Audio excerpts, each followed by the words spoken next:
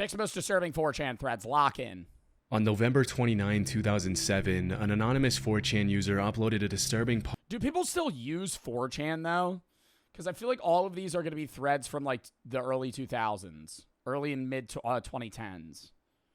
No? Like, is 4chan active? It's gone? Does it exist? If it still exists, people use it. I just don't know if 4chan is... Like, I'm not an expert. I didn't know what 4chan was until, like... 3-4 years ago. In 2007, an anonymous 4chan user uploaded a disturbing post with the words, "If anyone can correctly guess their own post number, I will tell you where she is buried." Eerily, the post was accompanied by an image of a teenage girl. For context, on 4chan, each thread is assigned a unique post number, which is completely random and serves as an identifier for that specific post. These kinds of posts where the OP would reward other users with something if they managed to guess their exact post number were pretty common. But the rewards themselves were rarely this dark and specific. You can probably understand how the creepy nature of this particular post instantly caught the attention of so many people. It's worth mentioning that the dates and times from the screenshots shown are the archive dates and times, meaning they're not accurate. But over the following minutes after the post... Side conversation. He's saying this is archived, so this is from so long ago. Do you think there's ever going to be a moment where YouTube starts, like, deleting back roll of old content for, like, server usage? I know it's easier to store more and more amounts of stuff, but do you think there's ever going to be a point, like, 20 years from now where they're like, we're going to delete videos from 2008? Like, at some point, I feel like there's going to be... It would be so much footage. Isn't it, like... years worth of footage get uploaded on YouTube every day? How much footage is uploaded to YouTube per day? 720,000 hours of video are uploaded to YouTube every day. Like that, are they able to consistently just keep that on a site? Maybe because it condenses it, but still, dude. Over like 20, 30 years from now, there's no shot. This was made, several other users jumped in to guess their post numbers. And just 15 minutes later, a user correctly guessed theirs. After which, the OP made good on their promise and... A lot of that's got to be AI slop. I think you're wrong. I think that, yeah, there is a good portion of bot posting, but a lot of people post on YouTube. Like, very frequently. Not even just because they want to be content creators. Like, did you ever have to post stuff on YouTube for, like, science class? As, like, an unlisted video. And then you send it to your teacher. Like, shit like that. Like, people just use YouTube for work. Said, "Winner, here you go." And then a set of coordinates. Oh, so you fucking actually sent the coordinates of a dead body to somebody? Strangely, the coordinates pointed to a pretty random patch of trees on the side of a county road about 50 miles east of El Dorado, Kansas. What, and you're gonna go look? Chat, you see this 4chan thread, you fucking guessed your own fucking post number out of curiosity on whether or not this guy's serious. He actually sends you coordinates. I'm not going to look for a fucking dead body. Are you insane? I would maybe, like, give it to people, like the police or something of the local county, but, like, goddamn, no. Get a group, and you would go dig it up. But as it was later revealed... Now you're just looping yourself into that shit. There was nothing random about the location. The girl in the image in the anonymous user's post was 18-year-old Emily Sander, a Butler Community College student who had gone missing a little less than a week before the disturbing post was... Oh my god, no. Did this person actually bury the fucking body there and post about it? ...made. Shockingly, the police found Sanders' partially clothed body around an hour after the coordinates were revealed at the exact coordinates provided by the user. It's important to...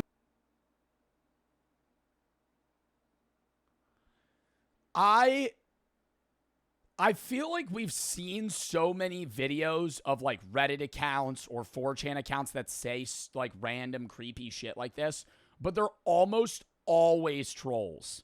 This person actually murdered this woman hit her body and then posted about it on fucking 4chan. I'm really bad at basketball. I used to almost be last pick in middle school, and the only reason I wasn't is because I was taller than most of my class. But you know who doesn't suck at basketball? Professionals. And you know what's more fun than watching them? Betting on them with DraftKings Sportsbook, the sponsor of today's video. Since the NBA season's starting up, there's no better time to get in on the action. If you're a new customer and you sign up today using promo code JOEB, place a $5 bet, you get 3 months of NBA League Pass on us, as well as if your bet hits, $300 in bonus bets instantly. What a deal. And if DraftKings Sportsbook isn't available in one of the states that you currently live in, one of the green ones, you can still take advantage of daily DraftKings fantasy. So make sure to check out DraftKings today and sign up using promo code JOEB. Place a $5 bet and get 3 months of NBA League Pass on us, as well as if your bet hits, $300 in bonus bets instantly. Thank you to DraftKings for sponsoring this video. And let's get back into it. Mentioned that by the time the uploader revealed the coordinates on 4chan, the cops had already been investigating Emily's disappearance for a few days. And they were already zeroing in on a suspect. As the they know who it is. Investigation had revealed, Emily had disappeared on November 23rd of that year after leaving a bar outside El Dorado with a man named Israel Mirales.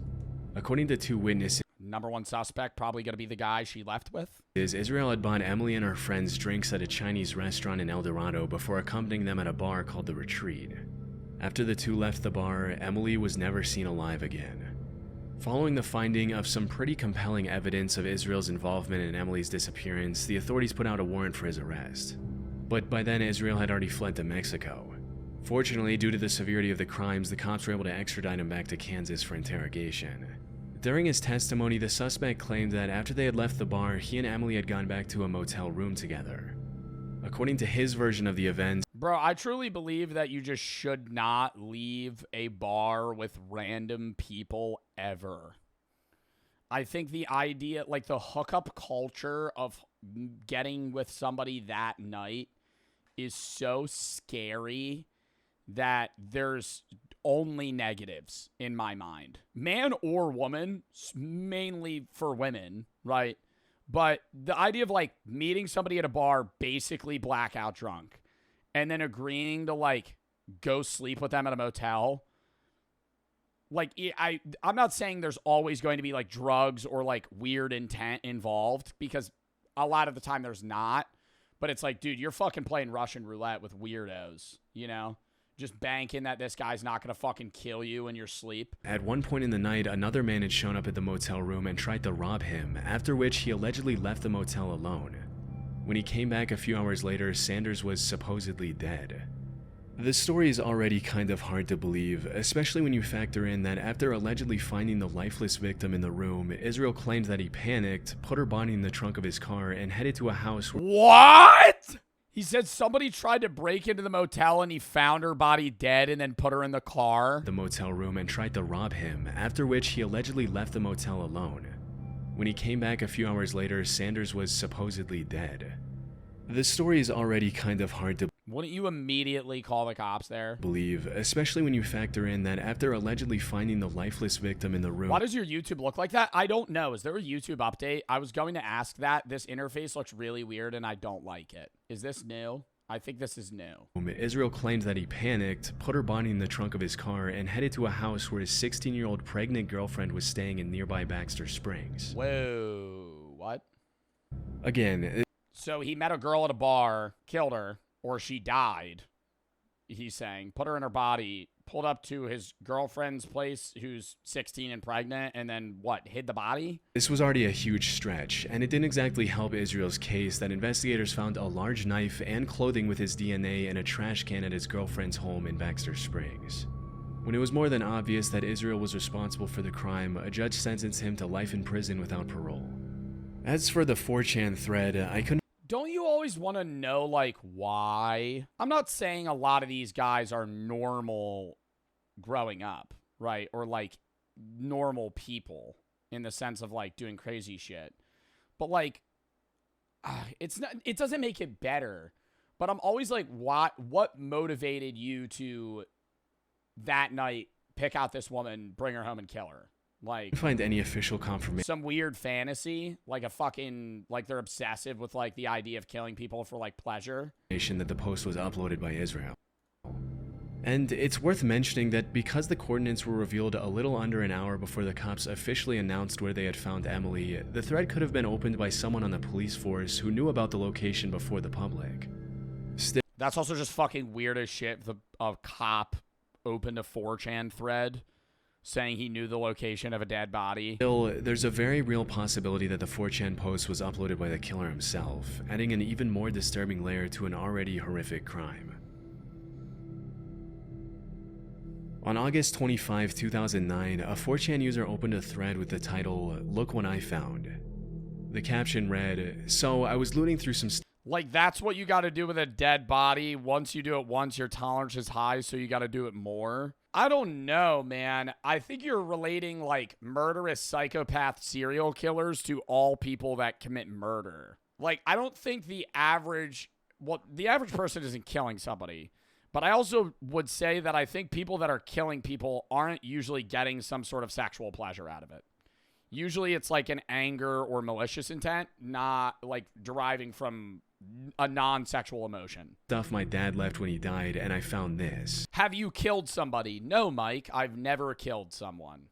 And I hope I never do. I don't think I would ever be able to, like, physically do that. In self-defense, maybe, but that's like, I don't think I would ever be able to, like, fucking kill somebody and then not think about it every day for the rest of my life. Like, I don't know, man, especially if, like, okay, I think it's different if you're, like, in the military and you're killing for the sake of your country and trying to do something for, like, a common goal.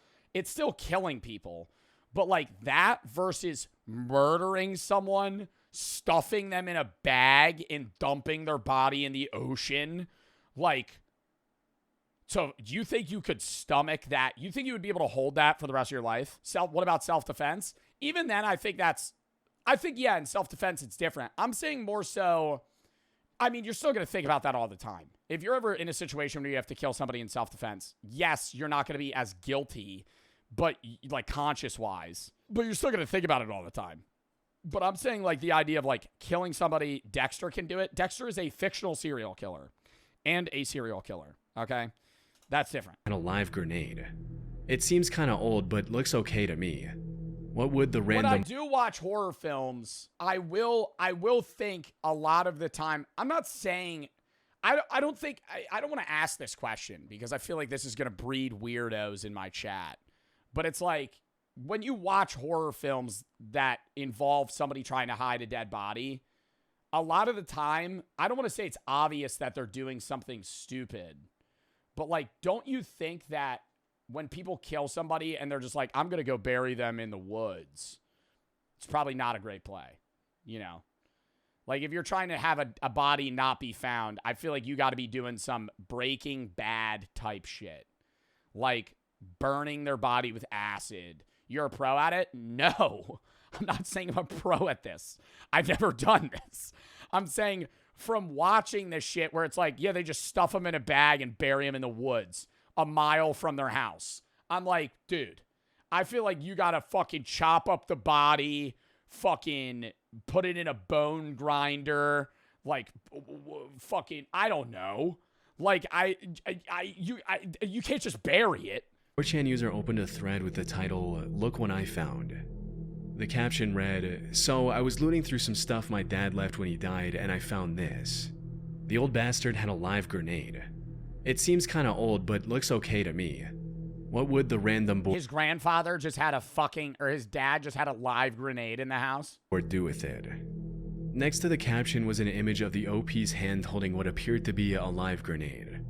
For the next 15 minutes, the thread was flooded with all kinds of comments from users all around the world. Dude, and aren't really old explosives also potentially dangerous to just blow up if you, like, drop it? You don't even need to pull the pin. It's just like, if it's a really old explosive, it could just blow up. Yeah, no. I had a teacher in middle school that was in the military and talked about how they had to do grenade training. And they would pull the pin, and they would be told, they would count out loud, like, 1, 2, throw it. I could never do that. If you ever gave me a grenade, I don't care if it's a 30-second fucking fuse. The idea of pulling a pin of something and knowing, hey, this is a live I'm immediately throwing it. Like, I'm talking pull the pin, chuck instantly. Even in, like, video games, I do that. I'm too scared in a video game to hold fucking RT for more than half a second. Let alone, in real life, cook a grenade fucking 4 seconds next to the chest to just chuck it into a fucking hole. No. With some claiming that the grenade was fake and asking the uploader for proof that it was made out of real metal and wasn't just a plastic imitation. Let me see the... They could just chuck it back? Yes, but I don't think any human's instinct seeing a grenade on the floor is let me run at that. Maybe in a battle scenario, people are trained, but I really don't believe the average person is doing a return to sender. I think they're seeing a grenade and going, that's going to blow up right now. Jump behind a building or cover versus let me run at it and pick it up. Bottom of it. Bottom. It's plastic, lol. No plastic, dimwit, it's all metal. With this comment, the OP included an image of himself holding up a lighter to a grenade, which is obviously a horrific idea. Still, it was nothing compared to what was coming. Disturbingly, some of the other commenters encouraged the poster to throw the grenade in the toilet, saying things like, toss in toilet, don't flush, wait for epic fountain.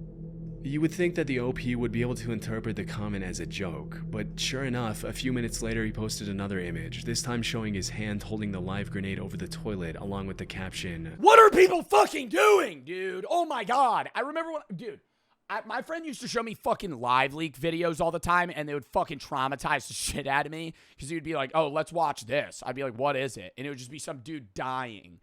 And it used to be, there would be videos of guys actually playing Russian roulette for fun. What are you doing? You're not getting anything out of this. You're just like, yeah, I'm just going to throw a live round into a fucking revolver. Yeah, this same mentality here. Yeah, let me just juggle a live grenade from 30 fucking years ago. Oh, why don't I drop it in the toilet? Should I? This is where the story gets pretty disturbing. After posting this image, the OP suddenly went silent. Over the following minutes, other commenters jumped in to ask him what he ended. It's the same as smoking. You gotta be rage baiting. You gotta be rage baiting. You gotta be rage baiting. You're telling me I'm falling. Hey, bravo. I'm falling for it 100%. I'm not going to defend smoking cigarettes, but if you are ever given an option of smoking a Marlboro Red or playing Russian roulette, smoke the cigarette. What the fuck are you talking about? Yes, both have a potential to kill you. One's definitely gonna kill you quicker. One's definitely probably got a way higher chance of killing you. And that's probably the bullet in the fucking gun. Or holding a live fucking grenade and dropping it into a toilet. But there was no response from the OP. Shortly after, a commenter uploaded a screenshot of an article that had been published by a news station in Guatemala that same day. Chillingly, the article broke the story of a 17-year-old boy named Oscar Lopez who had passed away after... What?! Chillingly, the article broke the story of a 17-year-old boy named Oscar Lopez who had passed away after detonating a live grenade in the bathroom of his house. According to the article, the boy's dad had been involved in the military at some point, which explains why it was in his home.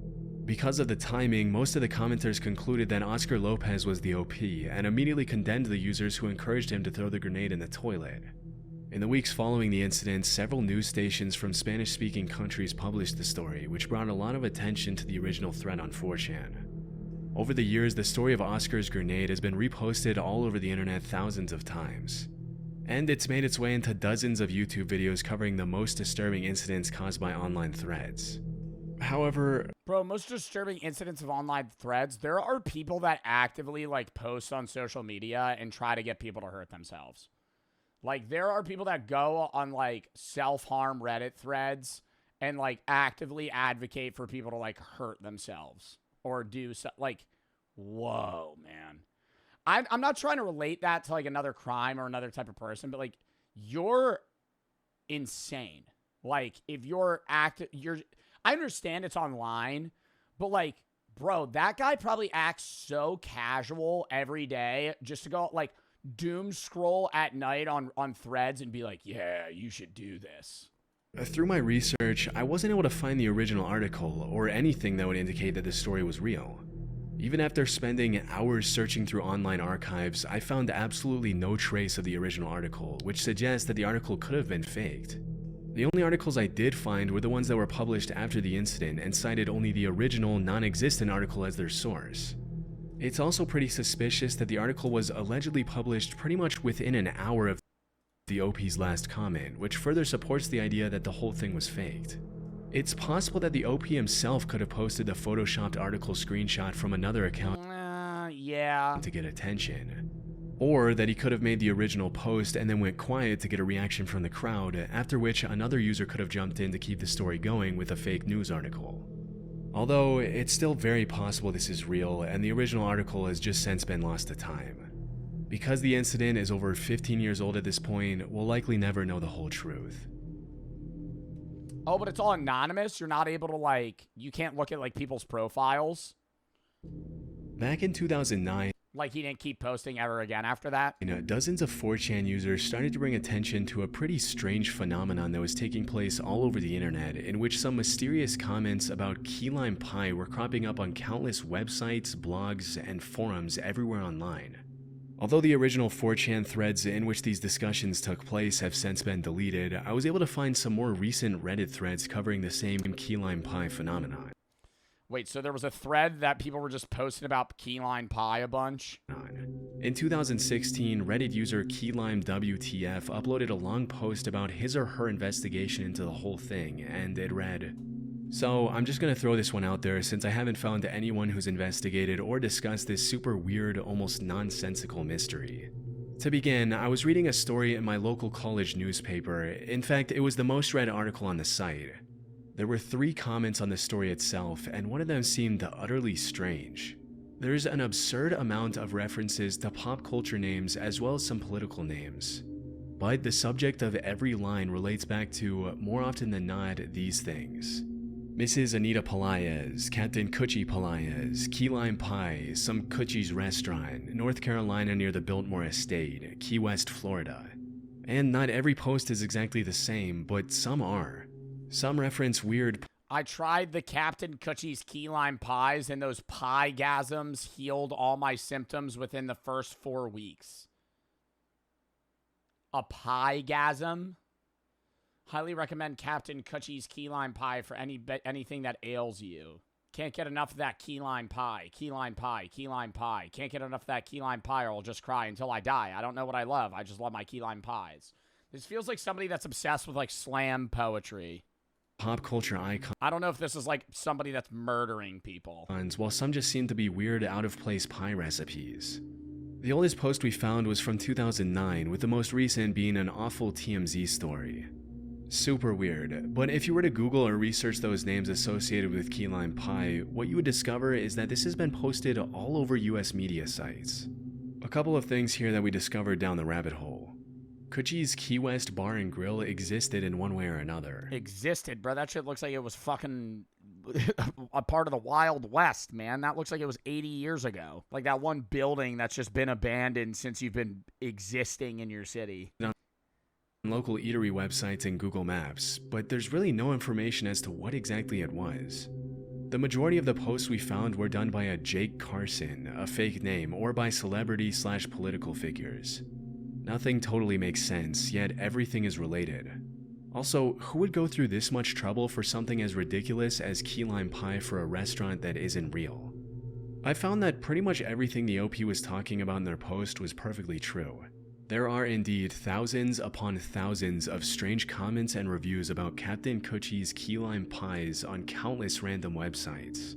And a lot of these comments have appeared on sites that have absolutely nothing to do with pie, such as this extremely long and somewhat inappropriate comment that was posted on a memorial site for a woman from San Jose. No, somebody fucking died and they put this on their fucking memorial site. I tried the Captain Coochie's key lime pies and those pie-gasms healed all my symptoms within the first 4 weeks. Who passed away at 74. As I also found, a lot of these comments are posted in articles and blogs revolving around suggestive content, such as this other one that appears in an article about a dating show. It reads, "That Captain Coochie Pelias of Cucharidaville over in Asheville, North Carolina sure enough is one wild and crazy guy. All the women are so wild about him and his famous cheeseburgers and key lime pies." But even though these comments are definitely weird, these are just 2 of thousands of accounts that have been created to post these comments everywhere online. As you might have noticed, the phrasing of these rants seem to follow a bit of a pattern. In pretty much all of the comments, almost all the words have been capitalized where they shouldn't be, and the poster always signs off in the same way. Hey Bob, do you know what the difference is in one of Captain Cutchie's famous king-size sirloin steak sandwiches and an Ashton Kutcher movie is?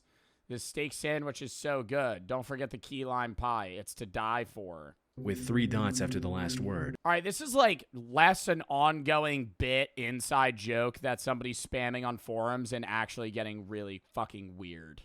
Followed by a fake name. Sounds like Roger's just crazy. Yeah, sounds like Roger has some weird obsession with like a fake fucking key lime pie verse. I found that these comments have also been made on random Facebook posts. As you might have guessed, a bunch of people over the years have reached out to these Facebook accounts, and the responses they've gotten have been pretty disturbing, as you can see in this 2016 Reddit thread. The post reads, "I decided to send Coochie Pelias a message and ask him when the world can know who Captain Coochie is. I didn't expect a reply, but roughly a month later Coochie replied, 'There's just no medicine like an all-natural key lime pie made from scratch.' Plus a bunch of other garbled nonsense about key lime pie. After a little bit of back and forth, the user asked Captain Coochie for the address of the restaurant, and this was the response they got. 'Close your eyes, let your ears listen to the radio. Do you hear my voice? Can you hear your own soul scream? Let me choose.'" Oh, fuck no, dude. I'm not...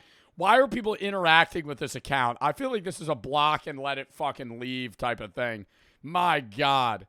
I'm like, hey, do you know where I could try this Captain Coochie's key lime pie? Do you know you have a soul? I can sense it from here. Do you know what it's like to scream? My voice that predicts the future or your tormented reach. Have you ever had your fingernails pulled off of your fucking body? What do you Block. choose? You can choose. Your life, your future.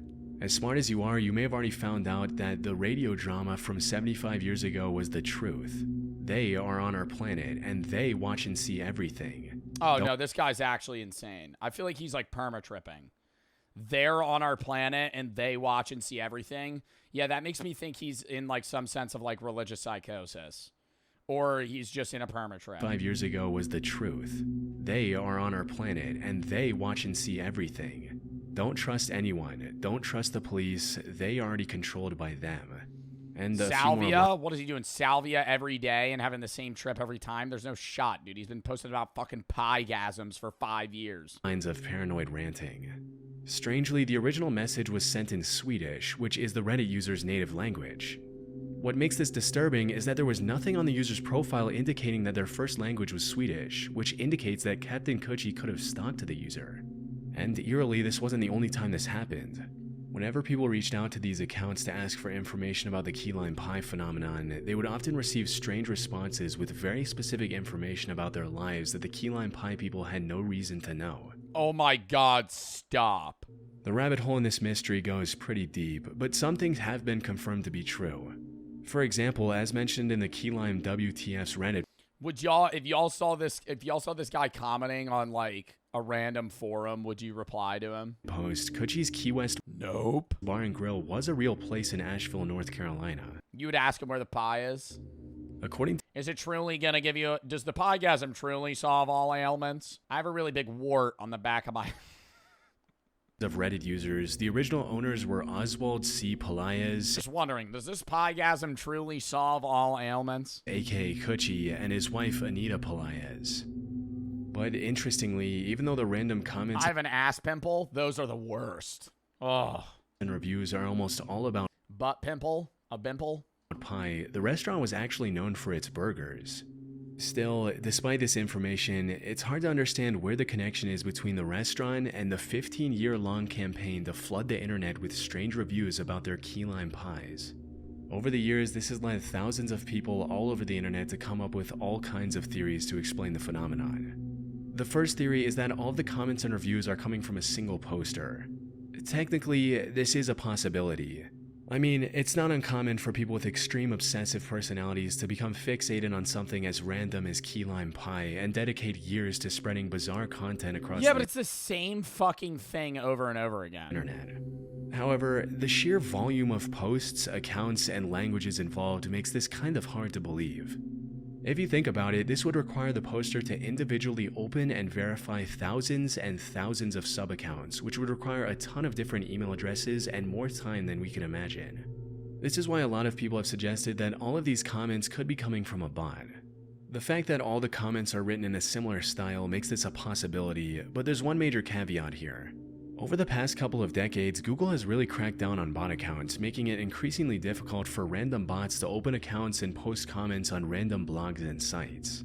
And sure, this could be a pretty advanced bot that's been updated over the years to be Google's security measures, but there's really very little motive for anyone to take the time to design. Yeah, to spend that much time to try and bypass Google security for fucking bot spam so you could talk about fucking piegasms from Coochie's restaurant.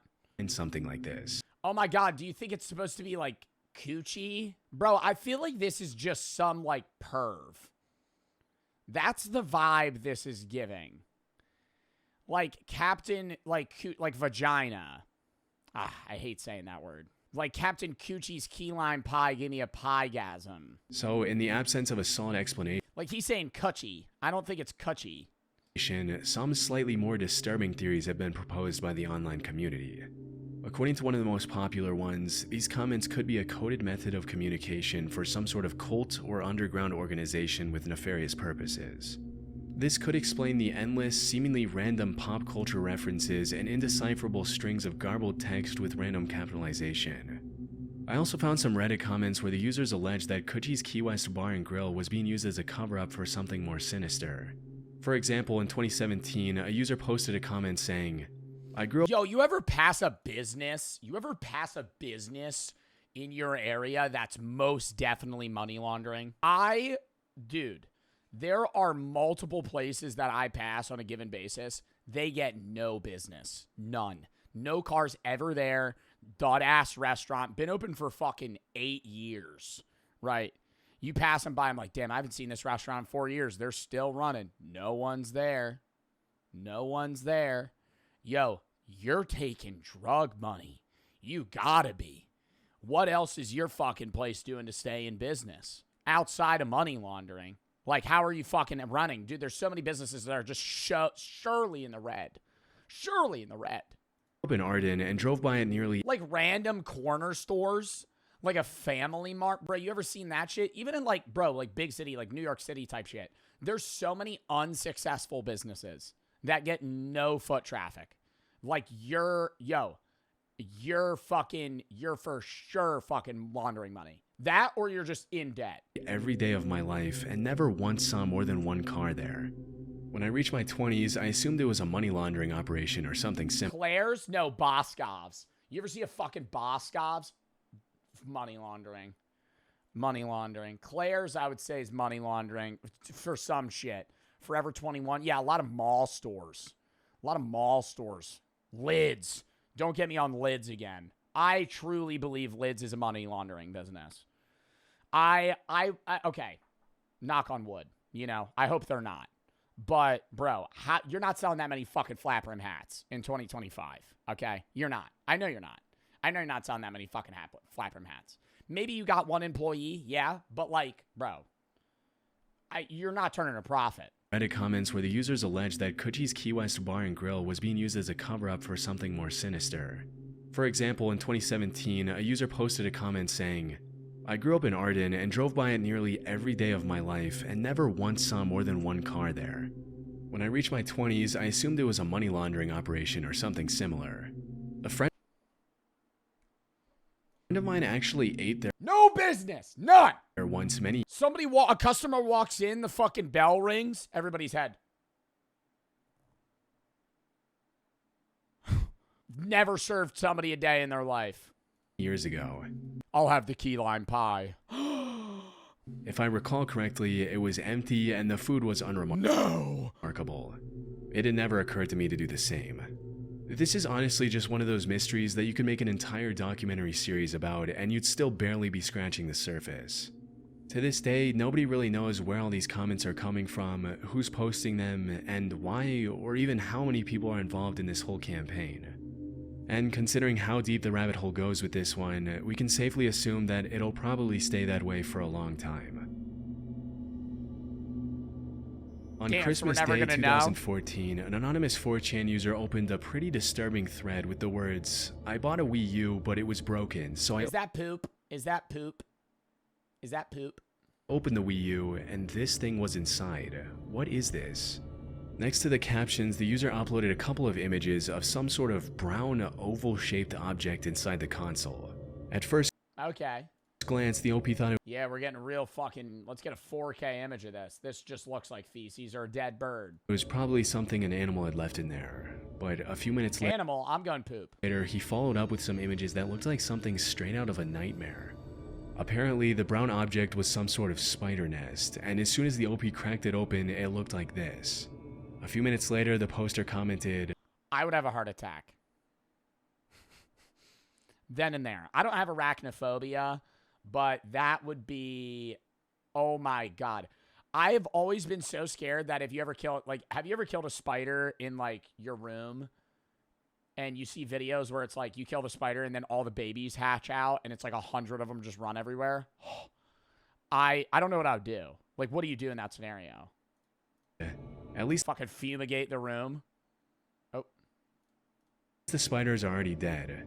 Whatever happened, it's an egg opened too soon or an egg that never managed to open. The spiders must have devoured each other to stay alive and eventually grew to max capacity and truly died. Wow. The size shows they're adults, but the color shows they literally have no plating or skin.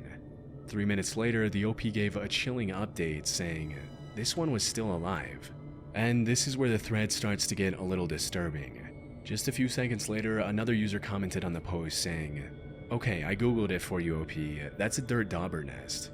The spiders are paralyzed inside of it. If they're not dead by now and they're actually fresh catches, they're gonna be waking up soon. Oh my god, he sends another picture. They're all gone. Stop.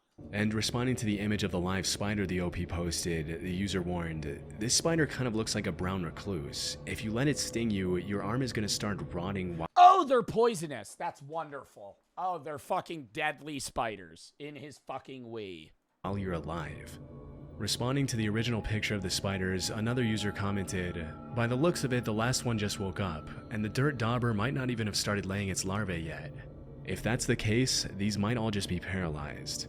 Also, I'm afraid for OP's life, since the spider that did wake up looks like a brown recluse, and if that's actually the case, the OP has a dirt dauber nest full of brown recluses. He's in for one hell of a ride. Holy fuck, Over the next bro. several minutes, dozens of other users jumped in the chat to warn the OP not to provoke the spiders under any circumstances. Fortunately, shortly after, the OP posted a Provoke final... the spiders! What do you do? What do you do? What do you do? Do you call fucking bug guy? What do you do? How do you fucking get rid of them? They gotta fucking gas your whole house now. Update to the thread saying, OP here, they weren't dead and they started to move. I ran out of my house and called the exterminator. Oh, I'm posting from nah. my cell phone. It's pretty disturbing to think that a nest of poisonous spiders could be growing inside of one of your consoles without you knowing it. And Do you think he's gonna get money from Nintendo? according to another commenter, it's actually pretty common for They gave me Mario Party on the house. dirt daubers to do Made it all better. this. Thankfully, it looks like the OP was okay. Oh my god, now that's gonna be, oh my In god, March- that's actually disgusting. If I opened that shit and I saw a bunch of spiders crawl out. 2020, an anonymous 4chan user posted an image of a missing girl named Lisa Irwin, along with a set of coordinates that point to a random location in the middle of the trees somewhere in Lakeside Village, Kansas. For context, Lisa had gone missing in October 2011 when she was just a 10-month-old baby. That day, Jeremy Irwin, Lisa's dad, came back from work at 4 a.m. and immediately called the cops when he saw his daughter was missing from her crib. Disturbingly, he mentioned to his wife Deborah that the front door was unlocked and that 3 cell phones were missing. During the investigation, a bunch of really strange things started happening, and it was hard for the cops to make sense of anything. Even though some witnesses had reported seeing a strange man carrying a baby wearing a diaper near the area where Lisa had gone missing, they didn't have enough evidence to arrest a particular suspect. Surveillance video from the area showed a man dressed in white leaving a wooded area near the Irwins' house at 2:30 a.m., but the suspect the cops brought in as a result of the footage— Oh my god, I feel so bad, bro. Being a parent, you get a newborn child and it gets fucking taken from you. —had rock-solid alibis. Chillingly, when the cops searched the Irwins' house that same year, dogs picked up the scent of a dead body in Deborah's bedroom. When the authorities confronted her about it, she claimed she didn't initially look for her daughter because she was afraid of what she might find. This was just the first in a— Wait, what? So their kid was just dead in their house? —series of strange claims and contradictions that Lisa's mom would find herself in. Later, she would allege that the last time she had seen her baby, it had been around 10:30 p.m. But after, she confessed that she had been drinking with a friend and didn't remember when the last time she saw her daughter was. Investigators also accused Deborah of failing a lie detector test, and even her own best friend told the police that Deborah had a dark side and that she believed she could have been responsible for the disappearance of her own daughter. Strangely, well, isn't that's a fucking thing? Well, I mean, not 10 months out, but isn't that a thing for a while where it's like some moms or even dads feel like a weird urge to like kill their child? Postpartum something where it's like because that's a felony. Well, yeah, killing the kid would be, but having postpartum depression isn't. That's horrible. Oh yeah, I know. But it's like something they can't control. Out of nowhere, they're getting weird urges to like kill their kid. 3 cell phones that were taken from the house and made a 50-second call late on the night Lisa— It's a mental disorder, yeah. —went missing. They get help? Oh, well, most of them do. But both Deborah and Jeremy denied making the call. When the cops investigated the call, they found that it had been made to a Kansas City woman named Megan Wright. Interestingly, Megan had once been in a relationship with a suspect in the case, a drifter who lived in a halfway house close to the Irwins. Still, she denied being the one who had picked up the phone on the night of Lisa's disappearance. To this day, the cops are convinced that whoever made that call is responsible for whatever happened to Lisa, but in the absence of new evidence, the case went cold for a very long time. The image you see in the 4chan thread is actually an age yeah, that right image is AI. progressed picture released by the authorities to help the public identify the victim, and it shows what Lisa would have looked like at 7 years old. They're able to do that with— I know they're able to do that with like kids and adults, but they're able to do that with a newborn infant. I feel like all newborn infants look exactly the same. Genuinely. Like they all just look like they're just babies. Posted the coordinates, some of the commenters started suspecting that the OP was the perpetrator, and that the coordinates pointed to the because they haven't grown into any features. Location in the middle of the woods where Lisa's body was located. One user commented, "I just emailed this thread to 2 local NBC affiliates in Kansas that cover the Thompsonville and Oskaloosa area. Hopefully this is legit and we can finally do some good and bring peace to a family." But even though a lot of people got in touch with the police over the leaked coordinates, frustratingly, nothing really came of them. And it's unclear if the cops just didn't investigate the coordinates, or if they did but they didn't find anything there. To this day, Lisa's disappearance has created more questions than answers. Was it the guy who was seen in the surveillance footage? Was it the parents? Or the 4chan user? We'll likely never know. Yeah, that 4chan user is really fucking weird. I feel like the other two could make more sense, but it's like, who the hell would have posted that? As you probably know, one of the most popular features of 4chan was that it allowed its users to stay completely anonymous, which was part of the culture of the forum. Still, some users chose to have a username to put more weight behind their words and engage in genuine social interactions with others. This was the case with user UTV, who was very active on the 4chan sports board back in the day. Based on his post, UTV was an Englishman who followed the Premier League, was a fan of Aston Villa striker Christian Benteke, and hated Manchester City. Most of his interactions in the boards he participated in are pretty much exactly what you'd expect from a slightly aggressive sports fan in an online board. But there was one thing that made UTV's post stand out in the sea of 4chan threads.